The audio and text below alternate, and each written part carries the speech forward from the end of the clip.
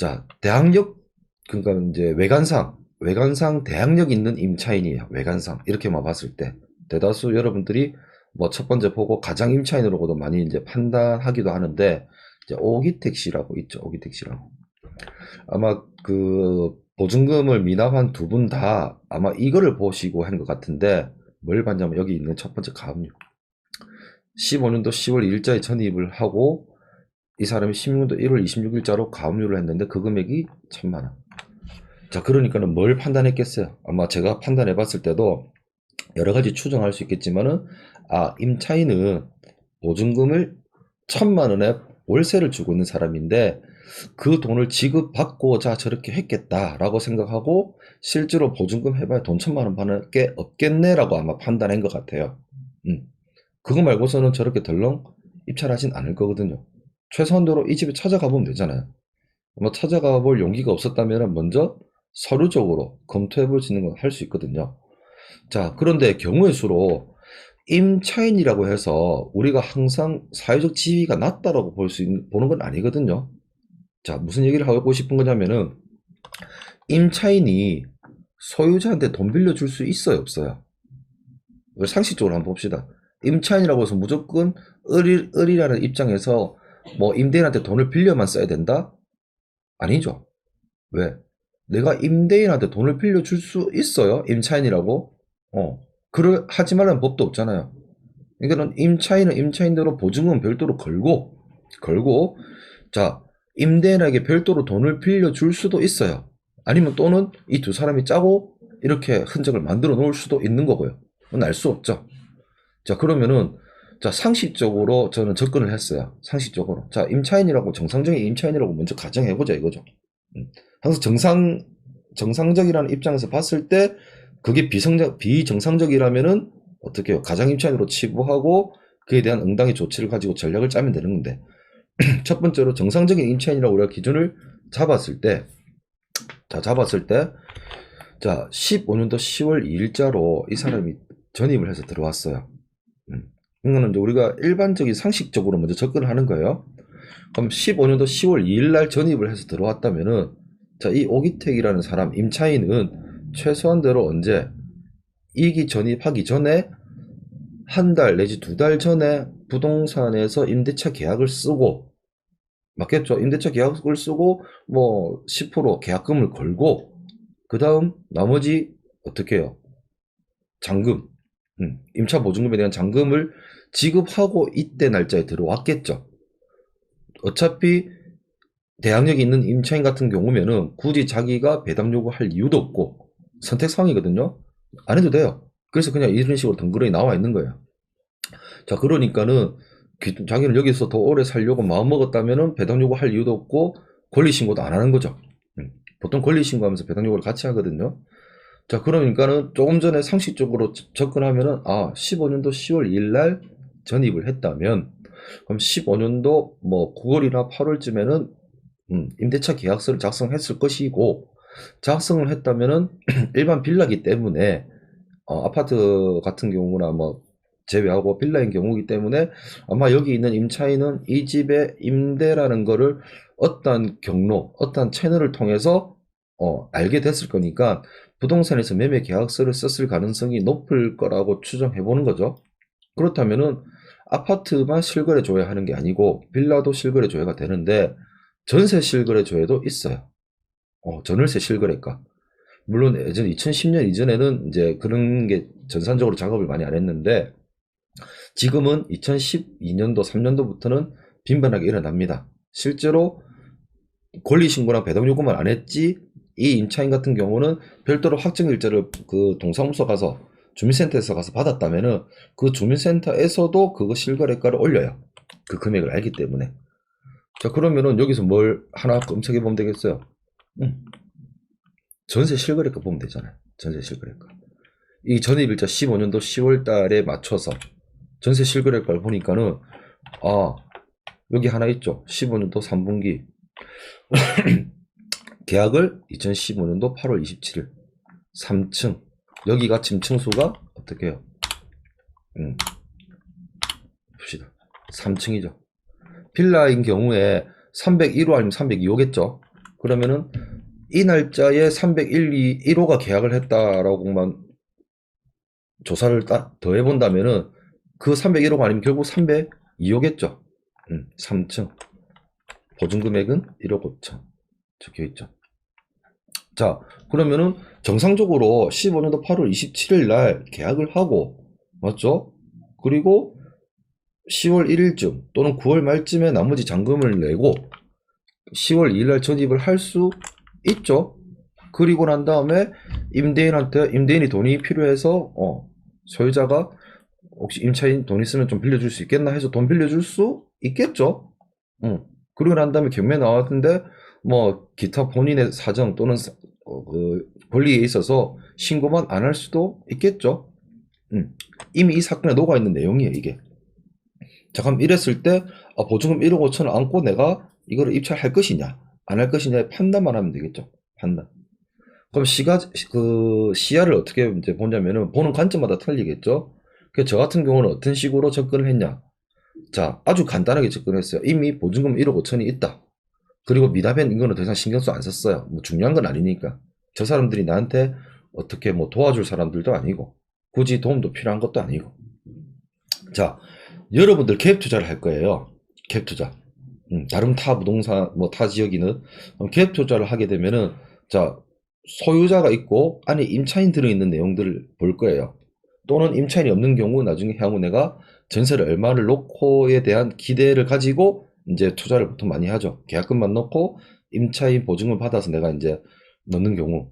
근데 그렇지 않은 경우는 이미 임차인이 있는 경우 상태를 가지고 생각을 해보자 이거죠. 그런 경우 여러분들 그 상당한 그 임차 보증금을 제외한 매매 가격에 있는 그 갭만큼에 있어서 투자를 하잖아요. 그걸 갭 투자로 하지 않습니까? 그래서 이거를 갭 투자로 판단을 해버렸어요. 15년도 10월 1일 날 전입되어 있는 실질적으로 15년도 계약했던 이 사람 보증금 1억 5천짜리를 내가 안고 5천만 원만 더 주고 산다면 3억짜리 아파트를 3억짜리 빌라를 어떻게 해요? 2억에 사는 꼴이잖아요. 3억에 나중에 팔면 되잖아요. 자, 그럼 중요한 거는 여기 있는 임차인을 언제 내보내느냐? 이것도 상식적으로 여러분들 보면 돼요. 자, 15년도 8월 말에 계약을 했으니까는 실질적으로 15년도 9월 말쯤이나 또는 그 기간쯤 해서 뭐 앞뒤로 한 달 정도 될 건데 그때가 계약 날짜고 이 사람이 임차를 할 수 있는 이행 기간일 거예요. 자, 그렇다면은 우리가 주택 임대차에 있어서 보통 상식적으로 임대차 계약 기간을 10년 단위로 주는 경우는 잘 없어요. 대다수 2년 단위입니다. 자, 그렇다면 15년도 10월을 우리가 기준 잡아봅시다. 15년도 10월을. 그럼 15년도 10월달 기준을 잡았기 때문에 15년도 10월에서 2년이면 17년도 10월이에요. 거기서 2년을 가산하면 19년도 10월이에요. 거기서 2년을 또 가산하면 21년도 10월이에요. 자, 21년도 10월이 그럼 만기가 도래하네? 맞죠? 자, 그러면은 내가 어떻게 낙찰을 받고 잔금을 내고 나면은 곧 묵시적 갱신으로 도래하는 만기 기간이 다가올 거니까 그때 이 사람 보고 나가라고 하든지 지금 현 정책상에 있어서 임대차 3법에 이제 우리가 임대차 3법을 봐야겠죠. 물론 뭐 이상하게 내가 들어가 살 거다 해서 나가라 이렇게 할 수도 있겠지만 그거는 뭐 정상적인 방법은 아니라 보고. 자, 그러면은 어떻게 이 사람이 만기가 도래할 거니까는 그 도래하는 만기에 앞서서 자, 계약갱신 요구를 해서 계약갱신 청구를 해서 2년 더 살 거냐고 내가 오히려 물어보면 되잖아요. 그러면은 1억 5천에서 보증금 5% 증액하고 그에 대한 서류만 만들어 놓으면은 반대로 이 물건을 가지고 내가 다른 사람한테 싸게 팔면 되잖아요. 3억짜리라는 거 2억 8천에 파는 거예요. 2억 8천. 근데 나는 이미 어떻게 1억 5천 보증금을 가지고 5천만 원만 투자한 상태니까는 2억 8천에 다른 사람한테 팔면은 어떻게 해요? 나 5천만 원과 8천만 원 두 개 다 회수를 할 수 있죠. 할 수 있잖아요. 근데 이제 시기적으로 지금 개인 같은 경우 1년 미만 70%니까 세금 때문에 그러면은 2년을 놔두면 일반 세율로 떨어질 거고 아니면은 뭐 직접 들어간다면 비과세 요건까지 맞출 수 있지만 뭐 투자하는 여러분들 입장에서 비과세 만드는 요건은 사실 매우 복잡하고 까다롭죠. 그렇다면은 그 제외하고 자, 갭투자 물건이랑 똑같은 거예요. 보는 시각이. 자, 만기가 다 도래해가는 임차인이고 계약갱신 청구권을 쓸 수도 있고, 그럼 쓰라 하면은 보증금 증액하면 되고, 그 증액한 내용을 토대로 해서 나중에 부동산을 내가 다른데 팔면 되겠죠. 그러니까 3억짜리를 어떻게 2억에 사는 거예요. 단독으로. 일반 물건이었다면 결코 그렇게 낙찰이 될 수가 없겠죠. 자, 그래서 만나갖고 했어요. 정확하게는 재소전 화해 신청을 해갖고 서류로 남겨놓으면 나중에 부동산에서 매매하기도 더 좋을 것 같아서 그렇게 했는데, 저 보증금이 1억 5천이고 2015년 9월 30일부터 2017년 9월 30일이었는데 갱신을 계속 2년 단위를 하다 보니까는 최종 돌이 2021년 9월 30날인데 계약갱신 청구의 행사로 인하여 한도중에 5% 750만원 750만원 돌려받은 거예요. 돌려받았어요. 자, 신청일이 수령함과 동시에 임대기간을 2023년 9월 30날로 하기로 하였습니다. 지금 언제예요? 2021년도 말이죠. 내년이면 2020년도고. 그럼 이 기간이 도래해서 다 와간다면은 나중에 2023년 9월 30 이전에 실고자 할 사람한테 이 물건을 팔 수 있겠죠. 계약갱신 정보도 다 써진 것도. 그래서 이렇게 재소전 화해 신청을 하면 어떻게 돼요? 투자하는 거예요. 5천만원 투자하고 나중에 3억에 온 물건으로 명도 다 돼인 상태를 나중에 실고자 할 수 있는 물건을 3억에 파는 거예요. 그럼 5천 가지고 1억을 벌겠죠. 기간을 2년 잡고. 뭐 연수익률 50%씩 충분히 가능하겠죠. 아니 100%네요. 2년이면은 5천짜리가 1억을 벌 거니까. 그러니까 1억 5천이 회수될 거니까요. 그러니까 여러분들이 어떻게 시야를 가지고 특수물건이라는 뭐 투자 기법이겠지만 어떤 식으로 접근하느냐에 따라서 내가 받아들이는 수익률은 달라지겠죠. 사실 특수물건이 여러분들 어렵다라고 생각하는데 어렵지 않아요. 어떻게 내가 보는 방법에 따라서, 그리고 내가 취하는 또는 내가 처해져 있는 상황, 내 투자에 대한 루틴들만 여러분들이 파악한다면은 그렇게 어렵지 않겠죠. 결과적으로 어떻게 한다. 그리고 계약갱신 청구권 썼다. 맞죠? 그리고 결과적으로 비정규 이렇게 지급을 한다. 이거 우리가 주겠다 이거죠. 그리고 당연히 그때 되면은 부동산을 인도한다. 기본적인 내용이고. 이렇게 해서 사건을 종결한 거예요. 자, 마지막으로 사건인데요. 뭐 앞에 있는 사건들 쭉 제가 설명해 드리면서 어떻게 이제 향후 2022년도에는 어떻게 전략을 내가 잡고 어떻게 투자 방향인지 여러분들이 어느 정도 감을 세우실 거라고 저도 봐요. 보는데 이 사건 같은 경우는 좀 올 한 해 있어서 좀 매우 아쉬웠던 사건으로 제가 보고 있고요. 참 재미난 에피소드이기도 합니다. 저는 이 미납된 첫 번째 사건부터 해갖고 이 내용들을 속속들이 다 알고 있었어요. 왜냐면은 입찰을 참여하고 수익을 낼 거라고 판단을 했고, 이때 당시 1회차 입찰할 때부터 저희 특수물건 그루피티 회원분들이 이제 요 사건을 가지고 공부를 했거든요. 그때 2등을 했어요. 2등 하고 계속 또 떨어지고, 이때 미납하고 또 떨어져 했는데 누군가 낙찰됐을 때 제가 또 요때 2등을 했어요. 8838 써놓은 거 보이죠? 제 물건이 안 되려니까 안 되는가 봐요. 물건의 수익률이 매우 좋았거든요. 이게 이제 상가주택이었고 지분율이 2분의 1이었어요. 2분의 1. 2분의 1인데 토지 면적 기준으로 했을 때 27평이고 뭐 전체 면적은 약 한 55평 되는데, 여기 위치가 어디냐면요. 건물은 요래 생겼어요. 좀 리뉴얼 좀 하면 됐었는데 위치가 북구 만덕인데 상권이 요렇게 쭉 있어요. 요렇게. 상권이 요렇게 좋아요. 요렇게 잘 형성이 돼 있어요. 요렇게 상권이 형성돼 있고, 요렇게 상권이 돼 있고, 요렇게 돼 있고. 그러니까 즉 도로변에 있는 상가주택이에요. 도로변에 있는 상가주택. 도로변에. 그러니까 54.9평, 그러니까 55평인데 전체 면적 기준으로 했을 때 55평인데 부동산에서 얼마에 팔 수 있었냐? 작게 받아도 평당 1,500만 원이에요. 작게 받아도. 아마 상가주택 여러분들이 관심 있어서 어디 가서 뭐 중개 나온 물건들을 살려고 많이 이제 찾아본다면은 평당 1,500만 원이면 매우 싼 겁니다. 껏핏하면 요즘 부산에 있는 뭐 부동산 아파트 가격이 뭐 대지권도 얼마 안 되는 건물 가격이 평당 3천만 원대인데 토지 기준 평당 1,500만 원이면 얼마예요? 55평이면은 그것만 해도 거의 한 8억 돈이거든요. 그럼 8억이 2분의 1이면 4억이에요. 맞죠? 실질적으로는 평당 1,500이고 평당 2천만 원 정도 얘기를 했는데 실제로 1,500만 원에 판다고 기준해도 전체 면적이면은 8억이에요. 8억에서 2분의 1이면 4억이고 4억이니까는 이 사람도 3억 3천에 처음에 이제 이차를 하려고 했겠죠. 저희도 2억 5천6백에 하려고 했었고. 근데 2분의 1이 4억인데 2분의 1 4억 기준 해갖고 저도 1억 8천 얼마 썼는데 매우 아쉽게 돈 100만 원 얼마 때문에 아마 이 매수인은 제가 이 8838 쓰는 걸 알고 입찰을 참여한 거라고 봐요. 그래서 제가 이제 앞으로는 루틴을 조금 바꾸려고 합니다. 어떻게? 1억 9,188만 요래 써야죠. 38. 그러면 얘보다 높겠죠. 아무튼 이렇게 해서 떨어졌는데 결국 돈 100만 원 차이 때문에 떨어졌어요. 돈 100만 원. 4억짜리를. 맞죠? 4억짜리를. 아쉬웠죠.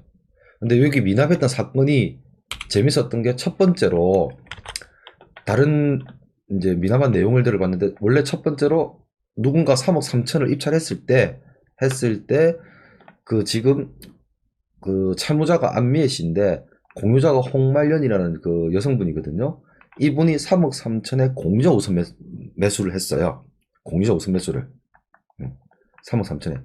공유자 우선 매수 해갖고 이게 사건이 아름답게 그냥 끝이 나는 것 같다 생각을 했는데 자 홍말년이라는 이분이 결과적으로 2분의 1이라는 공유자 우선 매수를 했지만은 전체를 묶어서 대출을 받아야지 이 잔금을 칠 수 있어요. 대출을 받아야지. 근데 금융기관에서 대출을 아무도 안 해줘요. 왜? 나이도 많고 그리고 대출에서 규제를 많이 하다 보니까 이때 당시는 규제를 그렇게 본격적으로 하는 시기는 아니었거든요. 본격적으로 하는 시기는 아니었어요. 아니었는데 그 나이가 있고 그 가격 자체가 높아니까는 신권 가격이 높아 놓으니까는 대출을 안 해주는 거예요. 그래서 저도 그걸 쭉 보고 있었어요. 그럼 대출을 안 해주니까 저 사람 미납을 하지 않겠냐. 그럼 미납을 하면 어떻게 돼요? 공유자 우선 매수 지위를 사용했는데 미납을 하면은 다음 차수부터는 공유자 우선 매수를 할 수가 없어요. 자 그러면은 공유자 우선 매수를 못 하니까는 어떻게 해요? 한 수 벌었죠. 나중에 같이 팔면 되잖아요. 우리는 잔금을 넣어야 되겠지만 대출이 안 나와서. 자 그러니까는 어떻게 돼요? 이제 다시 진행이 돼요. 요때부터 매각됐다가 요때 진행이 돼서 변경 신청이 되죠. 변경을 하는 순간 누가 지위가 불안정해지냐면은 자 하나생명보험 주식회사하고 밑에 썬펀드 뭐 대부회사예요. 대부회사 여기는 자 3억 3천에 낙찰을 받았을 때는 이 사람도 배당을 받아가고 이 사람도 배당을 받아가고 아름답게 그 사건이 끝이 날 거예요.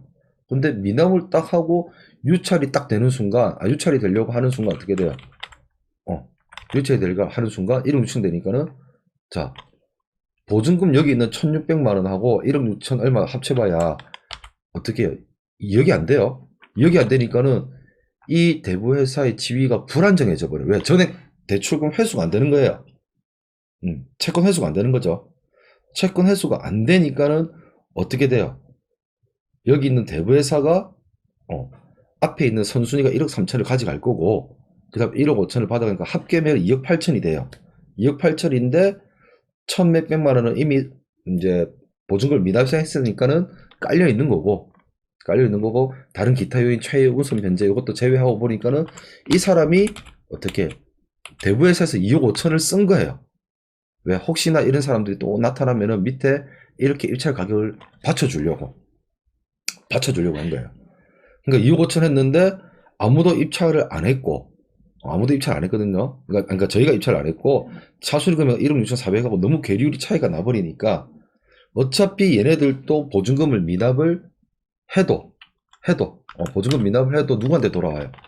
결국 얘네들이 지금 바치고 있거든요.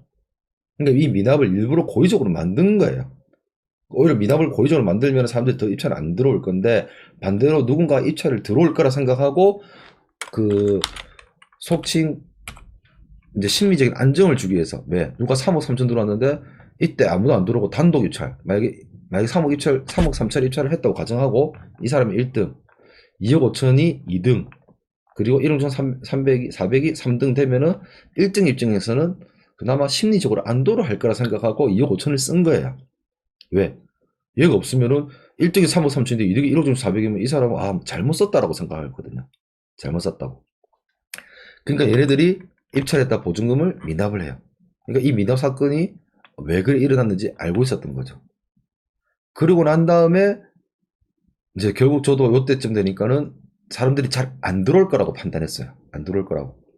그래서 왜냐면 투자자 맞추기도 힘들었던 게 아무리 4억짜리에 팔 수 있는 물건이라 하더라도 시간은 좀 걸려야겠죠. 저도 한 6개월에서 한 1년 보고 있었는데, 자, 그렇지만 현금을, 결과적으로 2억이라는 현금을 갖다 넣어야 돼요. 2억. 제가 있었으면 제가 투자했었어요, 벌써. 시기적으로 우리 자금이라는 게 유동성이 확보가 될 때가 있고 안 될 때가 있거든요. 니듬처럼. 뭐, 혹은 파도처럼. 그래 놓고 어떻게 돼요? 결국 투자를 맞춰서, 요때 당시에 맞춰졌거든요. 그룹 PT 그때 수업했던 그 특수물건 그룹 PT 회원분들은 요때는 다 같이 좋았는데 요 이후로부터는 전부 다 자금이 또 없었을 상태가 됐어요. 참 시기라는 게 타이밍이라는 게 좀 안타까운 부분도 있었는데 그래서 이때 겨우 투자자를 모집해서 입찰을 했더만 100만 원 차이로 떨어져서 매우 분노했어요. 그날 저녁에 술을 마시면서 분노했던 걸로 기억이 나네요. 그렇게 해서 SB소드가 있는데 입찰 가격은 뭐 4억짜리를 얼마나 싸게 사야 될지는 저도 잘 알 수가 없죠. 아무튼 오늘 특수물건에 있어서의 뭐 사례와 에피소드 그리고 투자 방향은 여러분들이 보신 것처럼 그렇게 끝은 났고요. 저희가 지금 보시면은 별도로 투자 프로그램 같은 경우는 제외하고 얼마 전부터 MJ 경매를 부탁해라는 저희가 프로그램을 신설을 했는데 실질적으로 어떤 회원분들이 이용하기 좋냐면은 직접적으로 투자를 하고는 싶은데 시간이 안 맞는 분들은 입찰을 부탁할 수도 있고 대출, 명도, 매도를 의뢰를 할 수 있어요. 직접. 반대로 제가 조금 전에 보여드렸던 이러한 투수 물건들도 내가 가용자금 얼마가 있다라고 해서 문의를 하신다면은 결과적으로도 제가 보여드리는 이 사건들도 대출이 안 되면은 결국 현금이 투자돼야 되거든요. 제가 여기 앉아 있는 이유도 제가 현금이 무한하다면은 저는 이 자리에 앉아 있지도 않겠죠. 유한하기 때문에 경매 물건은 계속 쏟아져 나오고 투자해야 될 방향 분야는 많아지고 그리고 지금 같은 이 시국에서는 어떻게 명의와 자금, 대출 이런 부분들이 많이 제약되니까 시간이 없으시면서 직접 여러분들이 투자를 해야 되겠는데 이루어질 수 없는 분들 또는 내가 투자를 하고 싶은데 한 번 더 입찰이나 이런 부분에 있어서 권리분석, 상담을 받고 싶은 분들은 할 수 있는 그런 프로그램이기 때문에 아마 이러한 인프라를 여러분들 적극 이용한다면은 어떻게요? 충분히 내년 2022년도에도 투자 수익을 많이 할 수 있는 그런 상황이 되지 않을까 그렇게 믿어 의심치 않습니다.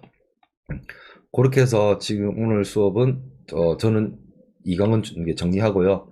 나중에 3강 지금 재혁쌤의 수업을 이어가도록 하겠습니다. 감사합니다.